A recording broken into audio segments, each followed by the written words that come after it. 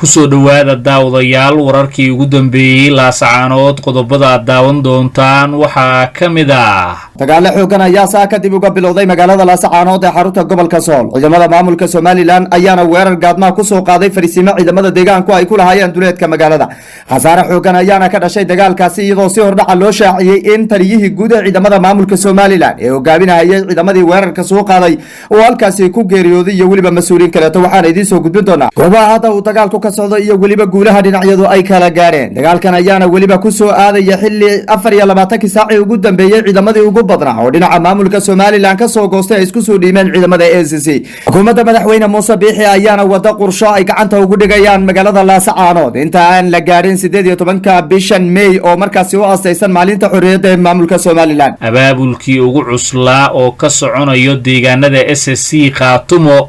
xilli loo diyaar garoobayo in ka hor 18 May laga nadiifiyo godka gooja cadde ciidamada SNM.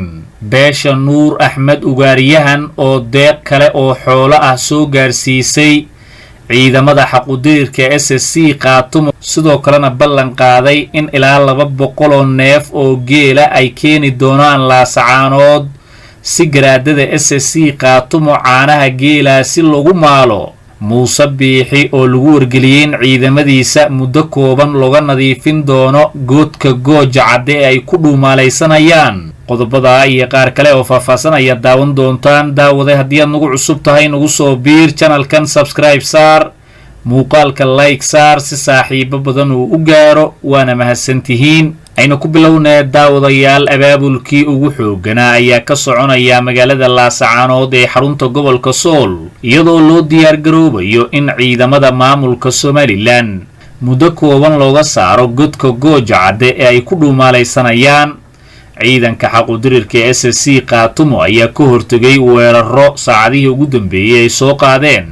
ciidanka maamulka Somaliland, waxaana saraakiisha SSC Khaatumo ay wacad ku mareen maalinta qashinka ee lagu talagalay nadaafadda SSC Khaatumo in laga nadiifin doono godka gooja cadde ciidamada Somaliland, sidoo kalena la nadiifin doono horgallada la shaqeeyo maamulkaasi. ciidanka xaqudirirka SSC Khaatumo ayaa si rasmi ah ugu dhawaaqay in 18 May oo dhanka Somaliland ay u sheegeen inay u dabaaldegi doonaan maalinta xornimada,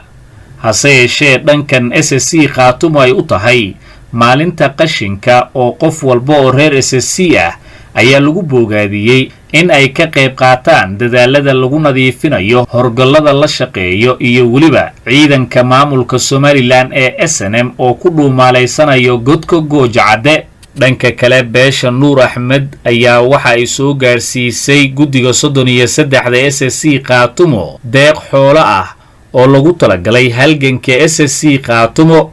deeqdani lagu wareejiyay guddiga 33 ee ay keeneen odayaasha beesha nuur axmed ugaariyahan ayaa ka koobnaa 150 tuldood oo geel ah, waxaana ay ugu talagaleen xoojinta ciidamada xoreynta SSC ee ku sugan duleedka Laasacaanood. sidoo kale beeshani ayaa sheegtay in ay sii wadi doonaan deeqda xoolaha ay ugu deeqayaan halganka SSC Khaatumo, waxaana ay ballan qaadeen in dhowaan 200 halaad oo barqamaal ah ay keeni doonaan magaalada Laasacaanood si caanaha geela si lagu liso garaadada SSC Khaatumo ee u istaagay badbaadinta dadkooda iyo ciidamada SSC Khaatumo. beesha nuur axmed ayaa ka mid ahayd beelihii ugu horreeyay ee dagaalka ka bilaabay jidda bari ee Laasacaanood, iyadoo tan iyo bilowgii dagaalka si weyn ay uga muuqdeen jiidaha dagaalka looga sifaynayo Somaliland dhanka gooja cadde. madax dhaqameedka beesha nuur axmed ugaariyahan ayaa waxa ay wacad ku mareen in godka gooja cadde dhangad looga saari doono ciidanka Somaliland haddii Muuse Biixi ciidamadaasi uu la bixi waayo. waxaa ugu dambeeyay xaaladihii cakirnaa ee ka taagnaa magaalada Laasacaanood. aad iyo aad baa mahadsantahay Santiago. xaaladda magaalada Laasacaanood ma aha mid la saadaalin karo. ilaa iyo 3 beri waxaa halkaasi ka socda dagaal xoogan oo u dhexeeya ciidamada maamulka Somaliland iyo kuwa dadka deegaanka, waxaana magaalada ku hoobanaya madaafiic tirabeela oo markaasi ciidamada maamulka Somaliland ay u kala meeldaynin oo ay magaalada ku soo ridayaan in Somaliland waxaan ognahay in 49 isku day oo ay ku sameeyeen inay dib gacanta ugu dhigaan magaalada Laascaanood gabi ahaanba in ay ku adkaatay haatanna ay rabaan intaan la gaarin 18 bishan May oo maalinta ay u asteysteen xornimada ay iskood ugu dhawaaqdeen in ay ka hor magaalada gacanta ku dhigaan isku daygan ayaa noqonaya kee 49aad oo ciidamada maamulka Somaliland ay rabaan inay dib gacanta ugu dhigaan ciidamada ACC ayaana gacan bire kala hortagay ayadoo labadii bari ugu horeysay dagaal xoogan oo ka dhacay buurta hodan toga maraaga iyo waliba deegaana aan aad uga dheerayn saldhigga weyn ee Gooja Cadde gabi ahaanba jab xoogan lagu gaarsiiyay ciidamada maamulka Somaliland ayaa hidana waxaa socdo dagaal xoogan oo dhinac kasta oo haatan u diyaarsan sidii gabi ahaanba oo dhinaca kaleeto ay la dagaalamay uu jibin lahaa Somaliland ciidamadii ugu badnaa ay ku soo taabulaysaa magaalada waxaana moodaa ilaa iyo xilligan Somaliland inaysan ka tanaasulin mowqifkeeda ka ahaa inay dib gacanta ugu dhigto magaalada ciidamada ACC ayaana difaaciyo waaweyn ka xidhay dhamaanba aagaga loo malaynayo in ciidamada maamulka Somaliland ay weerar ka soo qaadi karaan madaafiicdii ayaana aad ugu hoobanayso dadkii oo hore uga qaxay magaalada Laascaanood ayaa intii yarada ku hadhay haddana ay maanta si toosa halkaasi uga urursanayaan alaabtooda maadaama madaafiicdu maalintii saddexaad ay si toosa halkaasi ugu dhacayso dhankaas intaago dagaalkan maanta dib halkaasi uga qarxay ama socdaba ciidamada maamulka Somaliland jab xoogan ayaa lagu gaarsiiyay waxaa halkaasi ku geeriyooday taliye guud ee ciidamada maamulka Somaliland u qaabilsanaa gobolka Sool oo loo yaqaan Cabdi Bootaan waxa uu ahaa nin markaasi musabixi aad uga marqaatay isla markaana ugu dhow kana mid ah saraakiisha sarsare ee mayalka adag ee musabixi markaasi aad uga dambeeyo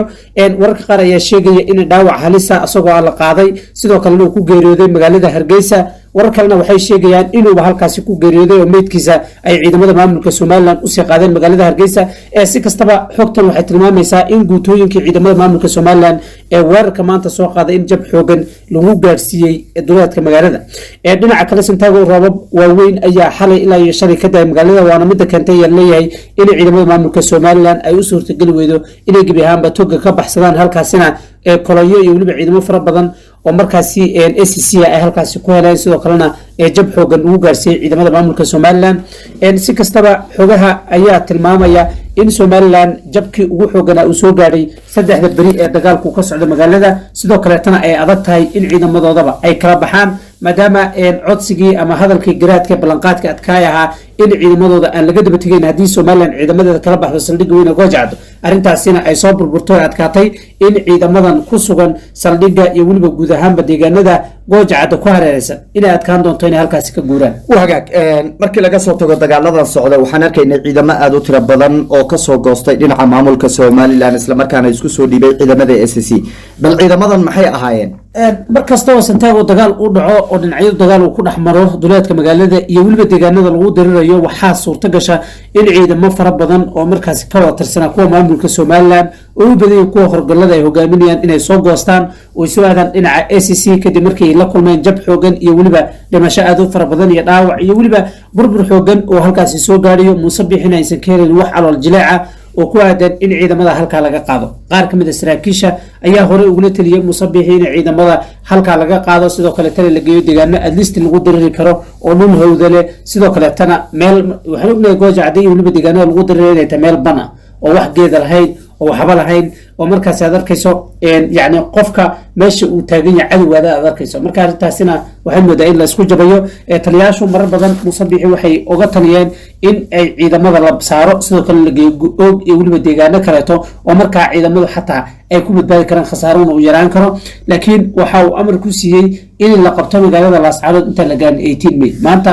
bisha waxaan ognahay waa taariikh 6 waay 12 bari ayaa ka dhiman ama 12 bari ayaa ka dhimanba 12 kaasi bari waxaan ognahay 4 bilood in dagaal ka socday magaalada Laascaanood jabkii ugu xooganaan ciidamada maamulka Somaliland gaarsiiyay marka ma suurtagali kartaa in 12 bari lagu qabto dabcan waa arrin la rabo in ardayda jaamacadaha meesha la keenay ciidanka booliiska meesha lagu soo daabulayo inay lafahooda la aruuriyo oo sidii awalba loola tegi jiray beesha caalamka loogu geyn jiray in beesha caalamka loogu geeyo wagaag madaxda ugu sareysa maamulka Somaliland oo kamid yahay wasiirka arrimaha dibadda wasiirka arrimaha gudaha wasiirka warfaafinta iyo wacyigelinta iyo waliba wasiirka kale oo wasiirkii gaashaandhiga si wada jira baaqay ugu direen shacabka Somaliland oo ay ka codsadeen in ay garab istaagaan ciidamadooda maalin ka horna baaqay u direen ardayda jaamacadaha bal baaqan istaba jooga muxuu yahay ciidamadase maxaa laga caawinaya santago horta somalilan way burburtay ma jirto wax somalilan la dhaho oo maanta midaysan hadday noqoto shacab iyo hadday noqoto ciidan arinta keenayso inay mar walba xafiiska madaxweynaha ay kasoo baxdo warqad miiftaa wasiiradu ay baaq diraan yani waxaa keenayso ciidan lagu tashto oo lasoo bandhigo oo ummadda la tuso kaamirooyin lagu duubo ma joogaan dabcan 18 May waxaan ognahay in Somaliland ay cudud military soo bandhigi jirtay hubka noocyadiisa kala duwan dhaqamo iyo waxyaabo fara badan laakiin wixii ma jirayo oo gobolka Sool arintan way ka maqan tahay guud ahaan gobolada ACC way ka maqan yihiin gobolka Awdal oo way ka sheegeen in ayaguna gabi ahaanba qayb ka noqon doonaan xuska 18 May oo dadka meelaha qaar ee maamulka Somaliland la rabo in looga dibaaldego maalinta qashinka maalmahaasi magaalooyinka ayaa la xaqi doonaa qashin fara badan ayaa la gubi doonaa ayagoo arintaasi ay uga dhigan tahay maamulka Somaliland bahdilaad iyo waliba sidoo kale in Somaliland maanta la sheego gabi ahaanba aysan jirin sida gobolada ACC oo kale maalmahaasi waxaa la xusi doonaa qashinka ayaa magaalooyinka la xaqi doonaa waxaa la gubi doonaa wax kasta oo burburo oo maamulka Somaliland ay ciidamadooda ka geysteen guud ahaanba gobolada ACC guud ahaanba deegaanada dirto ay ka socoto gaar ahaan magaalada Laascaanood diyaar garow ay ayaga laftirkooda wadaan oo maalintaasi loogu dabaaldegay maalinta qashinka adduunka dhinaca kaleeto meelo qaar waxaaba ayagu dadku ay sheegeen in aysan ka dhacayninba xuska 18 May sida gobolka Awdal oo kaleeto waxay sheegeen in ciidamo iyo waliba soo kala dhalinyarada jaamacadda ee deegaanadaasi aysan qayb ka noqon doonin maalinta xuska 18 May oo ah maamulka Somaliland maalinta ay markaasi u asteysteen inay gabi ahaanba noqoto maalinta ay ka go'een Soomaaliya inteeda kaleeto si kastaba xogahan Santiago waxay tilmaamayaan inay adkaan doonto oo baaqyadana ay daba joogto inay Somaliland ka cabsi qabto maamul ahaan in shacabku soo bixi waayaan oo la cadmari waayo wadooyinka dabcan waxaan ognahay waayadii hore ee Somaliland ay midaysnayd calamada ayaa lagu sharxi jiray wadooyinka goobaha markaas dadku isku imaadaan marka arrimahaas waxay arrimo markaas muujinaya in dadku midaysnaa laakiin dadku ma midaysno waa mid keentay in ciidanka xataa kale uu goosto oo dhinacyada cadawiyada la dagaalamaya sida ay u yaqaanaan ilaa dadkan ACC waxay hadda u yaqaanaan dad argagixisa oo cadow ku maamulka Somaliland marka ciidamada soo goosanaya cadow bay u arkaan marka ciidamadu way kala tageen shacabka laftirkooda way kala irdhoobeen ma jirto wax usoo weyn oo ka dhici doono magaalada Hargeysa guud ahaan gobolada maamulka Somaliland si kastaba ha noqotay xaaladda magaalada Laascaanood ayaa wali ku jirta mid humantilaana iyadoo dhinacyadu ay ku hardamayaan isla markaana maalmihii ugu dambeysay dagaalo xoogan ay ka socdeen duleedka magaalada Laascaanood ee xarunta gobolka Sool warar dhadhaxaad ayaa noo xaqiijiyay in ciidamada maamulka Somaliland ay xalay habeennimadii weerar ku soo qaadeen fariisiimo ciidamada deegaanku ay ku lahaayeen duleedka magaalada iyadoo dhanka kalena roobab waaweyn ay ka da'ahayeen agagaarka magaalada Laascaanood isla markaana ay adkayd in markaasi teknikada iyo waliba gaadiidka dagaal ay maraan goobaha aan markaasi wadooyinka ahayn waana arrin halis weyn ku keentay ciidamadii maamulka Somaliland isla markaana sababtay in jab weyn loo geysto sida ay dadka deegaanka noo xaqiijiyeen saraakiil sare oo ka mid yahay sargaalkii markaasi hogaaminayay ciidamadaasi weerarka soo qaaday ayaana la xaqiijiyay in halkaasi ay ku geeriyoodeen iyadoo ilaa wareedyo kaleetana ay sheegayaan in iyagoo dhaawac halisa loola xaray magaalada Hargeysa ee caasimadda maamulka Somaliland dhinaca kaleeto madaxda ugu sareysa maamulka Somaliland ayaa waxa ay wadaan wacyigelin loo sameeyo shacabka Somaliland oo laga cabsi qabo in markaasi aysan ka soo qayb galin xuska 18 May ee markaasi loo asteeyay maalinta xorriyadda ee maamulka Somaliland iyadoo guud ahaan baagayga Somaliland ay ka jirto cabashooyin iyo waliba kala aragti duwanaansho u dhaxaysa oo soo bilaabatay tan iyo intii dagaalku ka qarxay magaalada Laascaanood shacabka Somaliland ayaana ku kala jaban qaabka xukuumadda madaxweyne Muuse Biixi ay u wajahday dagaalka ka socda magaalada Laascaanood waana mid shidkii weyn ku dhalisay madaxda ugu sareysa maamulka Somaliland ee markaasi ay ka cabsi qabaan in shacabka Somaliland ay soo camiri waayaan goobaha loo asteeyay inay ka dhacdo xafladda 18 May ee loo asteeyay xorriyadda maamulka Somaliland qodobadaas ayaa daawayal barnaamijkeena ugu dambeeyay tan iyo mid ka xigay inta ku kulmayno waxaan idinka tagayaa amaan Allah